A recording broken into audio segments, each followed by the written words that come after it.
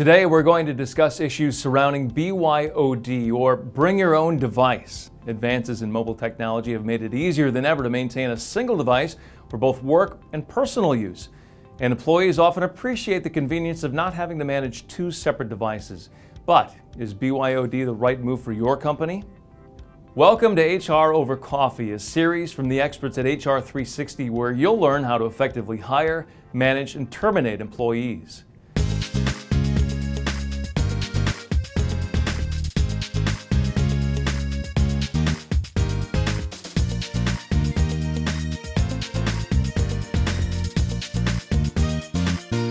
BYOD is more than just a trend, it's fast becoming the norm in mobile business communication.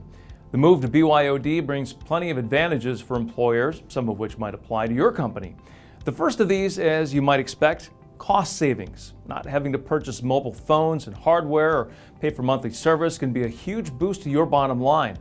Of course, you may choose to subsidize a portion of the employee's bill, but even so, with the aggressive pricing offered by the carriers, you could still come out ahead. Employees are also typically more comfortable using their personal devices. Not everyone is tech savvy, and having to master and manage only one phone is a huge help for such employees. Additionally, having your team use their own devices makes it easier for them to work remotely and stay connected when necessary.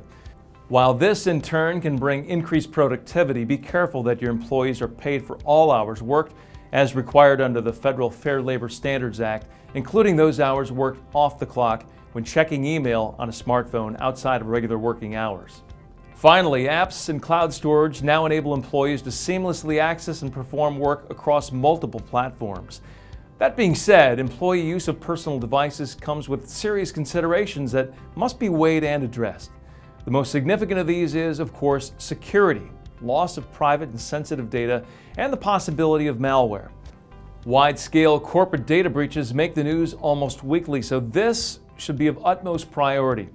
Depending on your industry and the state in which you operate, your company may be subject to specific laws governing data breaches and the protection of sensitive information, so your first step before implementing a BYOD policy should be a consultation with legal counsel to identify any compliance issues.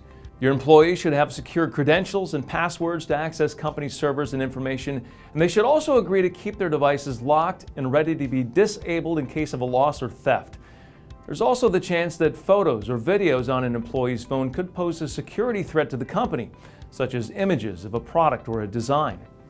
While there are limits on how much your IT department can monitor an employee's private device, you may wish to restrict the use of these devices for taking pictures for work purposes. You should also require employees to use only secure Wi-Fi networks and ask them to regularly update their apps. An out-of-date app on a smartphone can be an open window through which cyber criminals can access the information on your corporate server. Managing these issues will require that you have solid tech support in place, either on staff or by contract. Your IT team can help determine which types of devices will support the activities you need and help stay on top of securing your sensitive data servers. Finally, if you offer the option of BYOD to employees, draft a policy that covers what you expect employees to do to limit the risk of a breach, as well as the consequences of failure to comply with those requests. For example, refusing to lock a personal smartphone might mean that the individual would be moved over to a company device.